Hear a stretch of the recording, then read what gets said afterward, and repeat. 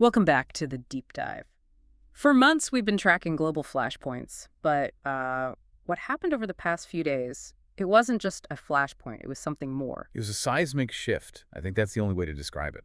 The world didn't just move. The tectonic plates under the entire post-World War II security order just seemed to slip, all in, what, 48 hours? It's been an extraordinary and, frankly, a deeply alarming period. When we synthesize the source material for this, and we're talking analysis, official statements from London, Copenhagen, Ottawa, it paints a picture of an international security architecture that's, well, it's grappling with an existential threat. It is. And the key insight we're trying to extract for you, the listener, is that these events are not separate. They're deeply, deeply connected. Okay, let's unpack that linkage because that really is the critical connection here. Our sources start with this successful, high-risk U.S. military operation in Caracas. Right. The capture of Venezuelan President Nicolas Maduro and his wife, Celia Flores. Exactly. And then, almost without anyone taking a breath, the narrative shifts immediately to these urgent, top-level diplomatic meetings all across Europe. And why? Because U.S. President Trump revived his threats. And not just to buy Greenland, which was the old line. No, the language changed. The threat was to acquire it. And that transition from the executed action in Venezuela to the threatened action against Greenland, that is the crisis. Yeah. This whole deep dive is centered on how these two specific U.S. actions are challenging the foundational principles we've relied on since 1949. So we're talking about the NATO treaty. The NATO treaty, the principle of collective defense, international law itself. One action was a demonstration of unilateral military force against a non-ally. The other was a threat against the sovereign territory of a close historical NATO ally. The sources we have today are, they're unprecedented in their scope and urgency. We've synthesized official government reactions, high-level intelligence assessments, and geopolitical analysis from the UK, Denmark, Canada, and the core EU institutions. And it's not just about the geopolitical shockwaves. They cover these incredibly nuanced legal and ethical dilemmas that are, visibly fracturing the transatlantic alliance right now. So our mission for you is to move beyond the headlines here and really thoroughly understand the specifics. We need to dissect the very explicit warnings that European leaders issued. Most notably, that phrase, that an attack on Denmark would mean everything stops. Everything stops. We have to get into what that means. And crucially, we have to analyze the surprising and profound divides that emerged among NATO allies about the legality of the U.S. actions in Venezuela, because that disunity really set the stage for the Greenland crisis, didn't it? It absolutely did. The Danish Prime Minister, Mette Frederiksen, she basically crystallized the entire crisis into a single question, and it's the question we have to try and answer. Which is, does the principle of collective defense, the very heart of NATO, still hold if one NATO ally, the most powerful one, threatens the territorial integrity of another? It forces us to confront this terrifying possibility that the guarantee of Article 5 might be rendered moot by one of its own guarantors. So let's start with the precedent, the military action that, really provided the blueprint and the justification for everything that followed, the U.S. operation in Venezuela. This was a spectacle. It was designed to send an immediate, unambiguous message. The reports we have confirmed that the U.S. strikes occurred on a Saturday. They resulted in the successful capture of President Nicolas Maduro and his wife, Celia Flores. The operation was swift, and from a purely military standpoint, you have to say it was remarkably successful. And President Trump was quick to brand it tactically brilliant. He was. That phrasing is interesting, isn't it? It completely shifts the focus away from the legality of it all and towards the sheer efficiency of the strike. It does. But there was another detail he offered, and this is a cold, hard fact from our sources. He said that many killed during the operation. And then he immediately qualified it. He added that they were mostly Cubans. What does that small, almost cynical detail tell us? Well, it speaks volumes. By stating the casualties were largely Cubans, the U.S. narrative is trying to frame the opposition not as, legitimate Venezuelan military forces, but as foreign mercenaries or proxy forces protecting an illegitimate leader. So it's an immediate attempt to minimize the whole sovereignty argument. Precisely, and maximize the external threat argument. It was a very sophisticated effort to control the narrative from the first second. This wasn't an invasion of Venezuela. No, this was a strike against a foreign-backed, criminalized regime that was just operating on Venezuelan soil. And the stated goal was incredibly provocative. It went way beyond simple regime change. Trump didn't say he would facilitate an election. He stated the U.S. would run Venezuela until a proper transition could take place. And that phrase, run Venezuela, is what immediately set off alarm bells globally. Right. But the critical piece, the part you can't ignore, was the explicit link he made to the country's natural resources. He specifically mentioned the oil fields. He did. He said he wanted to prevent their exploitation. And that transforms the operation from a so-called humanitarian or democratic intervention into a geopolitical move for resource control. Which immediately raises the specter of historical U.S. interventions in Latin America. Absolutely. And it cemented fears across the global south that sovereignty is, well, negotiable when strategic resources are on the table. So what about the immediate legal consequence? The detention. Maduro and his wife weren't exiled. They were put on a plane to New York to face legal action. Right. They're currently being held at the Metropolitan Detention Center in Brooklyn under highly restrictive conditions. And the charges. They're facing charges for weapon and drug offenses. This stems from long-standing U.S. accusations that the couple ran a sophisticated violent criminal enterprise, basically smuggling cocaine into the U.S. to enrich themselves. Maduro has always claimed those charges were politically motivated. Of course. But the U.S. moved to immediately transport and prosecute them on American soil, rather than, say, leave them to a transitional government in Venezuela. That's highly symbolic. How so? It asserts U.S. legal jurisdiction over a sovereign leader, a move that many international legal experts find deeply problematic. But the capture itself was only half the shock. The immediate fallout over the legality of it all. That's where the global order really started to fracture. It was a litmus test for international law. And the results were messy.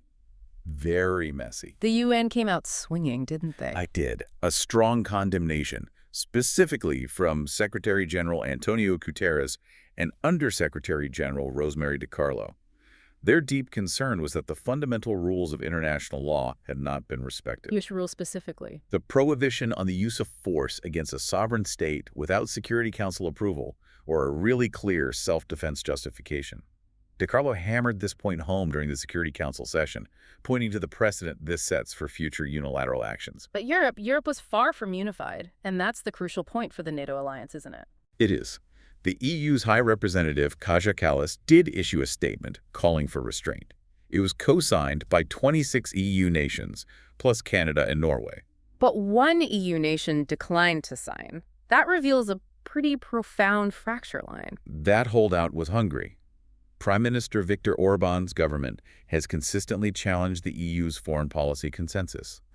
They don't see this as an American overreach. What do they see it as? As evidence of the disintegration of the liberal world order itself, a system they believe unfairly limits national sovereignty. So by refusing to sign, Hungary was signaling its alignment with a more nationalistic, rules-skeptical worldview. And the split wasn't just about one country refusing to sign. We saw outright contradictions in the responses from core EU members. Spain, for example. Spain was far more forceful than the general EU statement. They joined with Latin American countries in forcefully condemning the operation as an unacceptable attack on sovereignty. Why was Spain so strong on this? It's rooted in history and culture. Given its deep linguistic and political ties to Latin America, Madrid tends to prioritize the principle of non-intervention and territorial integrity fiercely. Any military action in the region is viewed with intense suspicion. For Spain, the principle of sovereignty outweighs the moral satisfaction of removing a regime like Maduro's. Wait a second. If Spain was so focused on sovereignty, why did Italy take an almost entirely approving note? Their statement was incredible. They called the military action legitimate against hybrid security attacks. That sounds like they're trying to create a whole new legal justification. That is precisely what it is. Italy's position, and it's very much a minority European position, is an attempt to use a modern security framework to bypass traditional sovereignty concerns. What do they mean by hybrid security attacks? Yeah. They're framing the Maduro regime not as a legitimate sovereign government, but as a state engaged in organized transnational crime. Drug smuggling, potentially harboring groups that pose non-traditional threats, like cyber or organized crime, to Western security. So if you define the target as a criminal organization instead of a government, the justification for intervention changes dramatically. Italy, perhaps because of its own concerns about stability in the Mediterranean and organized crime, was willing to accept this new, broader rationale for intervention by a NATO ally. That contrasts Spain defending traditional sovereignty, Italy embracing a new hybrid justification. It just shows how thin the ice is under the entire structure of international law right now. And then you have the UK, the US's closest ally, performing this complex diplomatic dance. UK Prime Minister Sir Keir Starmer's position was a masterclass in strategic avoidance. He repeatedly ducked, giving a straight answer on whether the U.S. broke international law. He kept insisting that the U.S. must set out that justification in relation to the action, but he just would not condemn it. Why couldn't he condemn it outright? I mean, especially when some of his own party colleagues, like Emily Thornberry, were much clearer. Because the U.K. is fundamentally trying to protect the viability of this special relationship. A direct condemnation of U.S. military action, especially one seen as successful in removing an illegitimate leader, would be strategically fatal to the core intelligence and security cooperation that has defined the UK's global role for decades. So maintaining the alliance with Washington is a higher priority than enforcing a principle of international law? Arguably, yes. For the UK government, that's the calculation. But Starmer complicated it. He also noted that he didn't think anybody is really shedding any tears over Maduro's removal. Which is a tacit approval of the outcome while legally avoiding the means. Exactly. But isn't that an even more dangerous precedent? It signals to the U.S. that the UK prioritizes desired geopolitical outcomes over strict adherence to the rules-based order. It creates the very international anarchy that the chair of the Commons Foreign Affairs Committee, Emily Thornberry, explicitly warned against. She did. Thornberry called the U.S. strikes not illegal action and warned that this kind of unilateral behavior risks emboldening rivals like Russia and China. They would now have ready-made justifications for their own territorial aggressions. So the core issue of what constitutes a legitimate intervention was just shattered. Completely shattered. And that's why the Venezuela operation is so important. It served as this immediate, real-world demonstration that the U.S. was willing to execute a high-risk, unilateral military action for resource control and regime change, regardless of Allied consensus or international law. That single action instantly changed the calculations of every strategic ally. Which brings us directly to Greenland. Days after Caracas, the entire focus shifted to the North Atlantic, and the situation immediately became existential for NATO. Okay, we have to clarify Greenland's status first, because this is often misunderstood. It's not an independent nation. No, and it's not a fully sovereign U.S. territory. It's a semi-autonomous territory within the Kingdom of Denmark. And Denmark is not just a NATO member, it's a founding member, deeply integrated into the alliance. And the political relationship between Copenhagen and Nuuk is complex with this robust home rule system. Exactly, which gives Greenland significant control over its own resources and domestic policy. And yet, President Trump has aggressively renewed his campaign to acquire the territory. He first suggested buying it in 2019, but our sources say his rhetoric intensified dramatically right after the Venezuela operation. It transformed the discussion from a diplomatic curiosity into a genuine security threat. His justification for this acquisition is almost identical in tone to the one for Venezuela. It's all framed in terms of national security. Trump argues the U.S. does need Greenland because it is so strategic. But let's analyze that claim critically for a moment. The island already hosts critical U.S. military infrastructure. Thule Air Base is there. The U.S.'s northernmost air base, a crucial radar station for missile detection, space monitoring. The U.S. already has operational access to all the strategic benefits it claims to need. Exactly.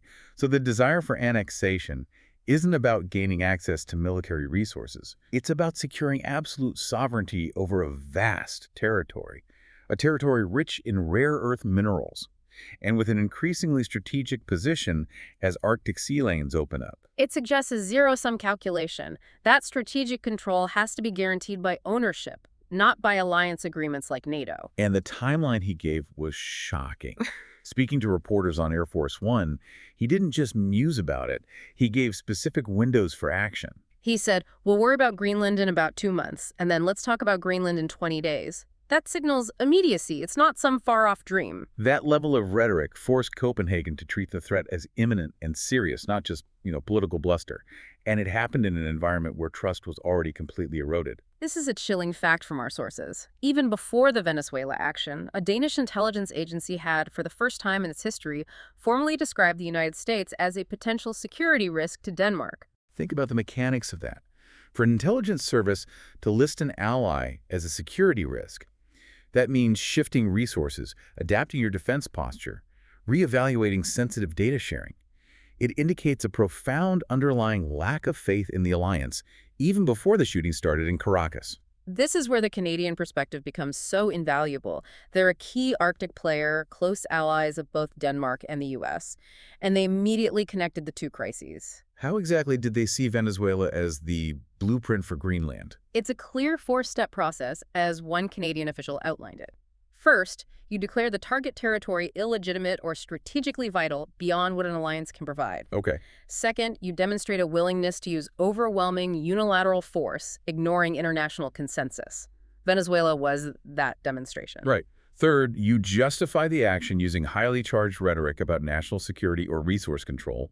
And fourth, you set a timeline for action, however vague, to compel a response. They noted that the U.S. had created a global guessing game on who's next for a takeover. It just injected profound instability into the entire Western security bloc. The pattern was established in Caracas, and Copenhagen immediately recognized the strategic echo. So Venezuela broke the legal consensus and set the precedent for unilateral force. And Greenland showed that the U.S. was willing to apply that blueprint directly against the territorial integrity of a NATO ally, forcing the alliance into an unprecedented crisis. The crisis reached its absolute apex with a response from Danish Prime Minister Mette Frederiksen. This wasn't a quiet diplomatic letter. This was an open public ultimatum. An ultimatum that challenged the very structure of the Western alliance. Her rhetoric was intentionally forceful and clear. She urged the U.S. to stop its threats, and crucially, she insisted that Trump should be taken seriously. She understood that dismissing the threat as just talk would be a strategic mistake. She had to treat it as a genuine, impending security challenge. And this led to the definitive statement, the one that security analysts are still trying to fully process. She stated unequivocally, if the United States chooses to attack another NATO country militarily, then everything stops. That is, including our NATO, and thus the security that has been provided since the end of the Second World War. We have to pause and just absorb the historical and legal weight of that phrase. Everything stops. It's the most powerful deterrent a smaller NATO member can offer its giant ally. It's the public declaration of the potential dissolution of the alliance. And it strikes directly at the heart of NATO, Article 5, the principle of collective defense. It does. Article 5 states that an attack on one member is an attack against all. But here's the critical legal nuance people often miss. Article 5 is designed to address external aggression. It's based on the premise that NATO members are united against a common foe. Exactly. The treaty offers no mechanism, no legal framework for what happens when one member attacks another. So if the U.S. were to initiate military action against Greenland, the treaty doesn't actually tell the other 30-plus members what to do next? Precisely. If the U.S. attacks Danish territory, the alliance doesn't just vote to expel the U.S. The very definition of the alliance is nullified. The contract is immediately broken. So Fredriksen's point is that Denmark can't participate in an alliance for mutual defense if the source of aggression is one of its primary members. It's like having a homeowner's insurance policy that promises to protect you from burglars, but then the insurer sends an arsonist to burn down your house. The policy is instantly worthless. Everything stops. The entire security architecture established since 1949 would be over. This grave warning was immediately ratified by major EU figures. European Defense Commissioner Andreas Kubilius stated that U.S. actions in Greenland would mean the end of transatlantic partnership. That's even bigger than NATO. That phrasing means ending institutional cooperation, not just military ties. It signals a fundamental recalculation. The transatlantic partnership covers economic cooperation, trade agreements, intelligence sharing. All of it relies on a baseline of mutual respect and stable security guarantees. If the U.S. violates the territorial integrity of a NATO ally, the entire structure of EU-U.S. relations goes into crisis mode. Kubilius confirmed the European view that the situation was very serious. And the Danish and Greenlandic response to this was defiant and, crucially, united. Greenland's Prime Minister, Jens Frederik Nielsen, called the whole idea of U.S. control a fantasy, and then he powerfully stated, that's enough now. His labeling of Trump's rhetoric as disrespectful underlines the fundamental issue, doesn't it? Sovereignty and self-determination. It does. Greenland is actively developing its own political future, aiming for greater autonomy or even independence. To have the U.S. unilaterally declare the territory an acquisition target completely negates those internal political processes. It treats the Greenlandic people as passive subjects in a geopolitical chess game. And Frederickson confirmed she had spoken to Trump some time ago, making it clear that Denmark would not accept and not tolerate a situation in which we in Greenland are threatened in this way. So this was not just tough talk for a domestic audience. This was a direct diplomatic message delivered at the highest level. The line is drawn. This moves way beyond a mere diplomatic spat over policy differences. This is about whether the core concept of shared security and mutual respect among democratic allies can even endure when the most powerful ally demonstrates this willingness to disregard international law and then use that new precedent against a friendly nation. Faced with this existential challenge, Europe knew it had to do more than just voice alarm. It had to create a unified diplomatic bulwark. Which brings us to the joint European statement, a crucial moment of unity. It was a clear, coordinated attempt to reinforce Denmark's position. It transformed Frederickson's ultimatum from a purely Danish stance into a continental red line. The list of signatories reveals just how grave the situation had become. Okay, let's break down the significance of who signed. You have Danish PM Mette Frederiksen, of course, French President Emmanuel Macron, German Chancellor Friedrich Merz, British PM Keir Starmer, and the leaders of Italy, Spain, and Poland. The inclusion of Macron is expected. France has long championed the concept of European strategic autonomy, arguing that Europe has to be able to defend itself without relying completely on Washington. This threat provided immediate, irrefutable proof of his argument. Absolutely. But the signature of German Chancellor Friedrich Merz, that is perhaps the most seismic. Why is that? Germany has historically been the most reliant European power on U.S. security guarantees. Given its location, its history, Merz signing this statement signals that for Berlin, the principle of territorial integrity for a NATO member now outweighs the fear of offending Washington. So Germany is finally prioritizing European solidarity over its historical security dependence on the U.S. You would seem so. Then you have Polish PM Donald Tusk. His inclusion is critical because Poland faces the most immediate security threat from Russia. So Tusk is always focused on maintaining absolute NATO unity to deter Moscow. Always. By signing, he's saying that internal threats, like those posed by Trump's rhetoric, are now undermining NATO's credibility just as much as external threats. And they have to be challenged openly. For the eastern flank, internal unity is the foundation of external defense. And what about Sir Keir Starmer? This is the UK Prime Minister who strategically dodged condemning the Venezuela operation. His definitive signature on the Greenland statement reveals a clear dividing line in UK strategic policy. Starmer's support for Denmark is absolute because Greenland is a threat to the foundational contract of NATO. The UK government might tolerate the US breaking international law against an enemy state like Venezuela for strategic gain, but they cannot tolerate the US breaking the NATO covenant itself. The message is clear. We might disagree on how to handle adversaries, but we have to be unified on who our allies are and what their borders mean. And the key principles they reaffirmed in the joint statement were pointed and entirely legalistic. They stressed, unequivocally, Greenland belongs to its people. And it is for Denmark and Greenland, and them only, to decide. Furthermore, they anchored their position in the highest level of international law, the UN Charter. They explicitly cited the necessity of upholding sovereignty, territorial integrity, and the inviolability of borders. This is a deliberate, legalistic reminder to the U.S. that these principles are universal. It's deeply ironic, isn't it, that Europe had to remind the leader of the Democratic Alliance of the core principles that Europe uses to challenge Russian aggression in Eastern Europe. Well, if the U.S. violates territorial integrity in the Arctic, Europe's moral and legal leverage against Moscow and Ukraine is severely diminished. Greenland's Prime Minister, Jens Frederik Nielsen, immediately welcomed this unified pushback as vital support. His own comments confirmed the severity of the threat. He insisted, our country is not something that can be annexed or taken over because you feel like it. He understood that Greenland was fighting to protect not just its borders, but its internal political process and its right to self-determination. And he urged the U.S. to seek a respectful dialogue through the correct diplomatic channels. That call for respectful dialogue is a subtle but powerful rebuke to the unilateral military action we saw in Venezuela. It highlights the vast difference between an alliance based on consultation and one based on immediate strategic force. So the United Front was successful in creating a diplomatic wall, making it impossible for the U.S. to proceed without incurring the immediate collective wrath of its oldest allies. This unity was essential. But it also exposed how close Europe came to a complete collapse. Here's where the analysis pivots from the immediate crisis to long-term strategy. This crisis didn't just test the U.S. commitment to NATO, it exposed profound and potentially fatal cracks in European unity. It forced leaders to question their entire security posture. We have to analyze Polish Prime Minister Donald Tusk's warning in depth here, because it really encapsulates the European existential crisis.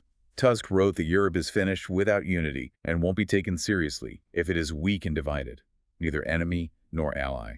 That sentiment, coming from a Polish leader, speaks directly to the fear of being abandoned or becoming a bargaining chip between great powers. Tusk's call for strength and unity is a direct mandate for European rearmament and independent defense capacity.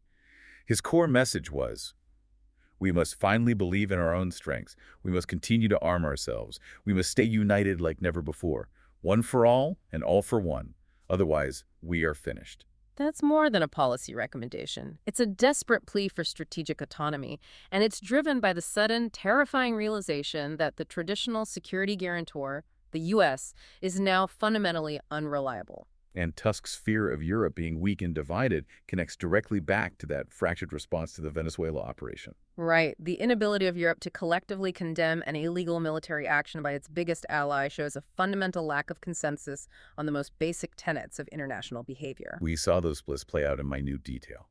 Hungary refusing to sign the statement, Italy providing a unique legal justification based on hybrid security attacks. And other leaders like Slovak PM Robert Fico and Hungarian PM Viktor Orban explicitly commenting on the breakdown of the world order.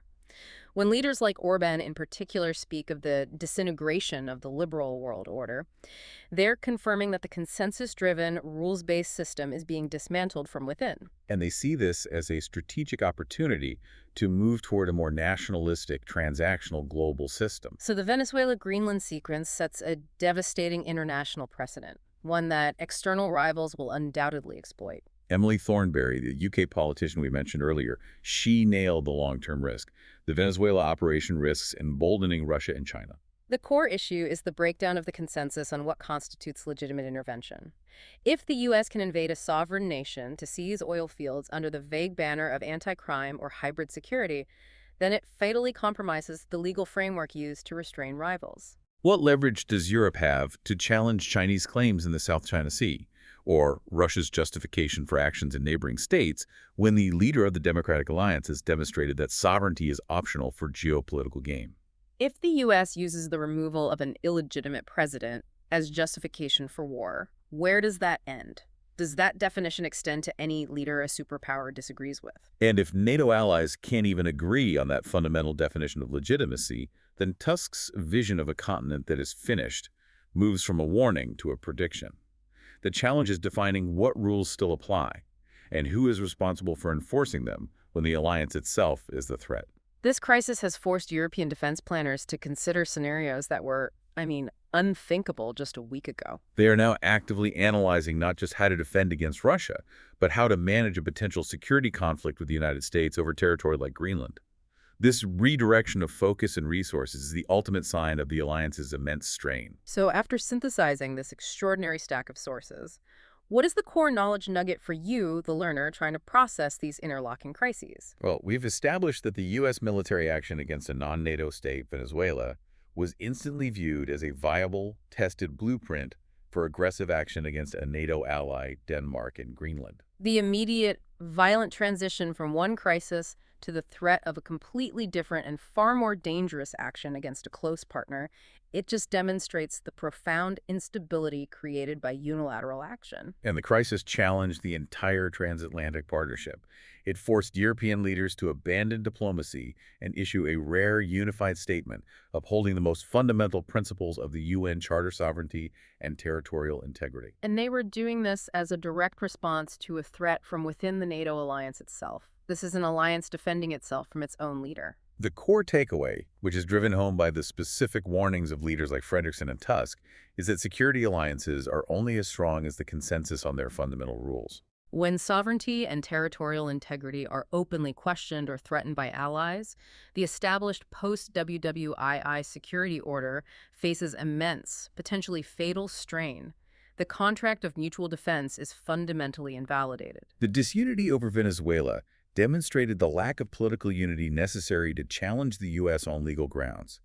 But the immediate, severe warning about Greenland demonstrated the willingness of NATO allies to dissolve the alliance entirely rather than submit to unilateral military force from Washington. That line, everything stops, that's the legacy of this crisis. And this leaves us with a final provocative thought for you to consider as you process this seismic shift in global affairs.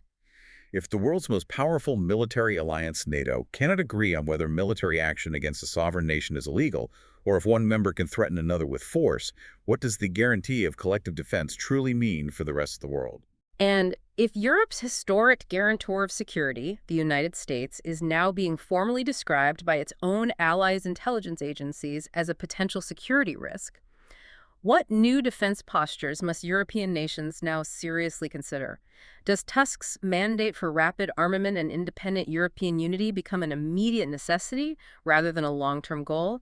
The foundation of global security has been cracked. And how Europe chooses to repair or replace that foundation will define the geopolitics of the next generation.